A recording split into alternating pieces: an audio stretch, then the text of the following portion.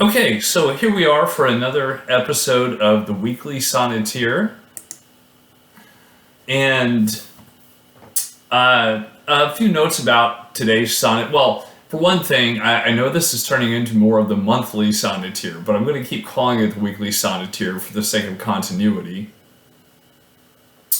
And I know that a few weeks ago, when we talked about that sonnet of mine, Modern Abstract, I mentioned that that was about as contemporary stylistically as we were going to get. But I lied because the sonnet that we're going to look at today pushes the boundaries even more. Although I will say I will probably never break that 14 line boundary for what I consider a sonnet, although some people do break that boundary and still call it a sonnet. Some people even write prose paragraphs and call them sonnets, but I don't think we're ever going to go there. But this sonnet definitely pushes the boundaries more than anything we've looked at so far. It's and this sonnet is by a poet named Deborah Paredez. She is a Latino or Latinx poet, and the name of the poem. She's also maybe the only poet that we've looked at so far who is still alive. So fairly contemporary poem here. I'm going to go ahead and read it for you. And as usual, you can look down below the video in the description for the link to the poem if you want to follow along. But the poem is called The Gulf, 1987. The day upturned, flooded with sunlight. Not a single cloud. I squint into the glare, cautious even then of bright emptiness. We sit under shade, Tia Lucia showing me how white folks dine, the high life. I am about to try my first oyster. Tia spending her winnings from the slots on a whole dozen, the glistening valves wet and private as a cheek's other side, broken open before us. Don't be shy, take it in all at once. Flesh and sea grit, sweet meat and brine, a taste I must acquire. In every split shell, the coast's silhouette, bodies floating in what was once their home. Okay, I'll read it again. As I've mentioned in previous videos, it's when I meet people, when I give someone a poem and they're not used to reading poetry and they read it and they're like, I didn't get it. I usually ask, well, how many times did you read the poem? Because to me, if a poem is worth once, well, really, if you read it once, you might as well read it twice, especially if you didn't get it the first time. And if it's worth reading twice, it's worth reading a third and a fourth time. So I usually, if I'm like at all interested in a poem, I usually end up reading it at least 4 times in a row just to make sure I've got it. So this poem is The Gulf, 1987, by Deborah Paredez. The day upturned, flooded with sunlight, not a single cloud. I squint into the glare, cautious even then of bright emptiness. We sit under shade, Tia Lucia showing me how white folks dine, the high life. I am about to try my first oyster. Tia spending her winnings from the slots on a whole dozen, the glistening valves wet and private as a cheek's other side, broken open before us. Don't be shy, take it in all at once. Flesh and sea grit, sweet meat and brine, a taste I must acquire. In every split shell, the coast's silhouette, bodies floating in what was once their home. So let's go through and kind of unpack this poem. I mean, there is no rhyme scheme here.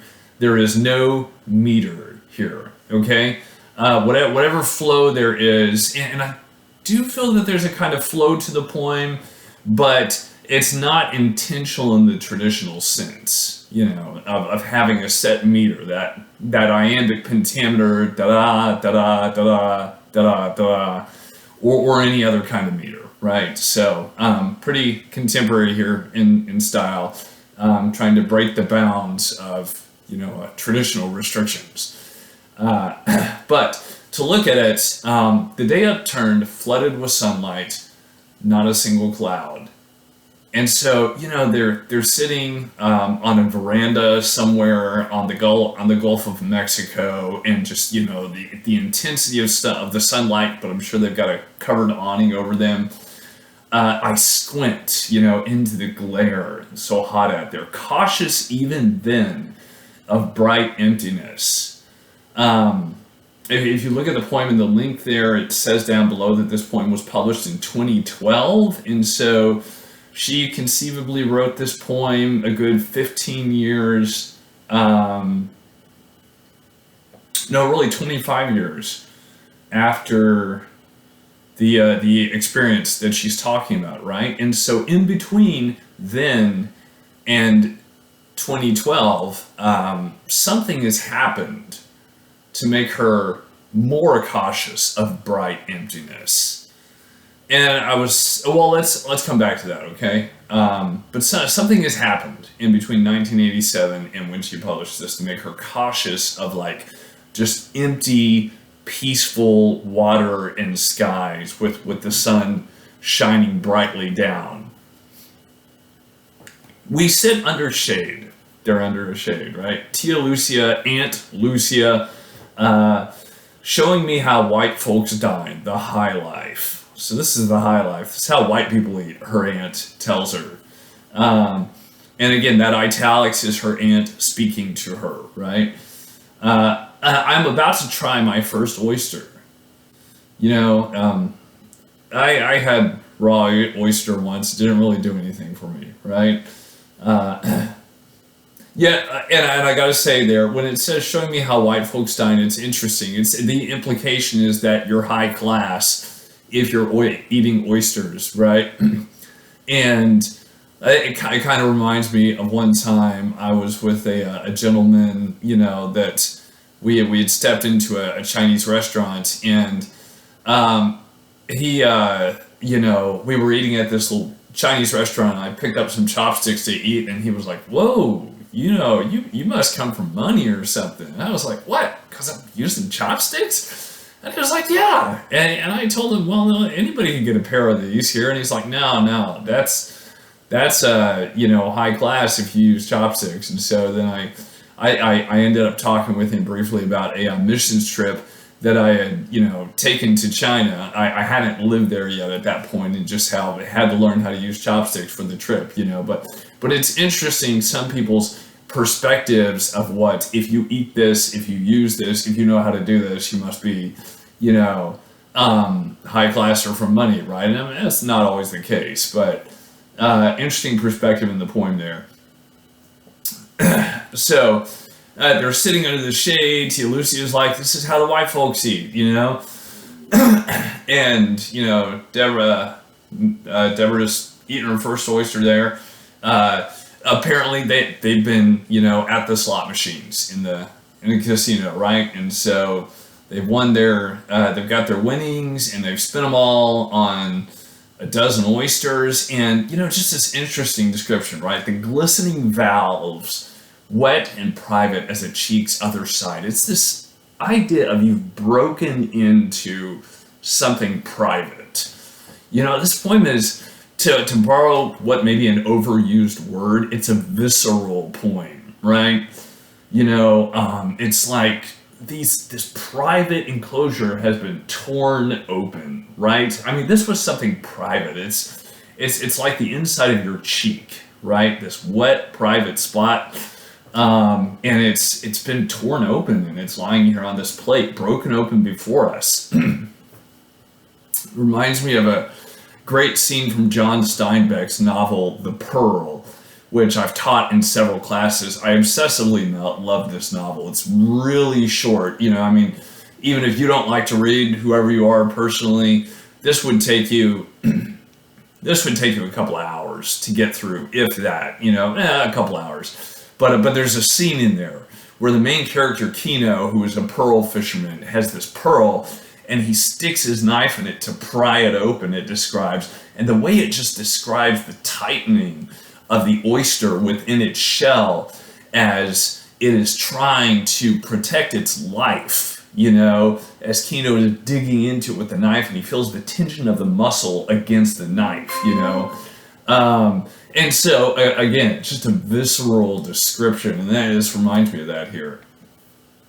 I always enjoy literature most when it reminds me of something else that I've read. Um, and so, wet and private as the cheek's other side, broken open before us. Don't be shy, she says. I'm not even going to attempt a Latino accent, all right? But don't be shy, she says. Take it all in at once. Flesh and sea grit. There's sand and oysters amongst whatever else is in there. The flesh, the sea grit, the sweet meat of it, if oysters are sweet, the brine, meaning the salt taste, the taste from the salt water, a taste I must acquire. I would say definitely, who knows, maybe you're the kind you tasted an oyster once and you loved it, right? Love at first taste, but taste I must acquire. Now here is where, in my opinion, Deborah, as contemporary in style as she may be, steps back in time to a more traditional sonnet form, because she definitely ties this up with a couplet. These last two lines, in kind of Shakespearean fashion, without the rhyme or the meter, but in kind of Shakespearean fashion, these last two lines really drive home a point. In every split shell, the coast's silhouette, bodies floating in what was once their home. So the shape of an oyster, she says, it's like the shape of the coast of the Gulf of Mexico, right? The silhouette in every shell. And then this powerful line, bodies floating in what was once their home. These oysters are floating, and they're like dead bodies floating in what at one point was their home. And initially when I read this sonnet, I thought perhaps it was talking about some refugees who had drowned trying to get to the coast. But I was talking about this sonnet with a class, the class of students that I actually put this series together for initially. And a student commented that they're like, no, if you go back to that phrase in the third line, cautious even then of bright emptiness, it's like the peace, the calm in nature before a storm. Frequently they say the calm before the storm. In nature, when you've got a big storm coming up or something, there's often this sense before of just this ominous peace, right? And so, maybe Tia Lucia has lived through a hurricane. I don't know, or maybe she knows people who have lived through a hurricane. And so, so they were like, why is she cautious of bright emptiness? Well, maybe this last line is referring to a tropical storm, to a hurricane, a hurricane after which, you've got the dead bodies of people and or of animals floating around, in the space which used to be, their home, and now they've died in that space. So I thought that was an interesting interpretation, and really an interpretation that made more sense than the one I had initially. So, again, there is Deborah Paredez's The Gulf, 1987. Hope you enjoyed that, and as always, give me your thoughts there in the bottom if anything else interesting came to mind, or if you have a different interpretation on anything else. Thanks for listening. Bye.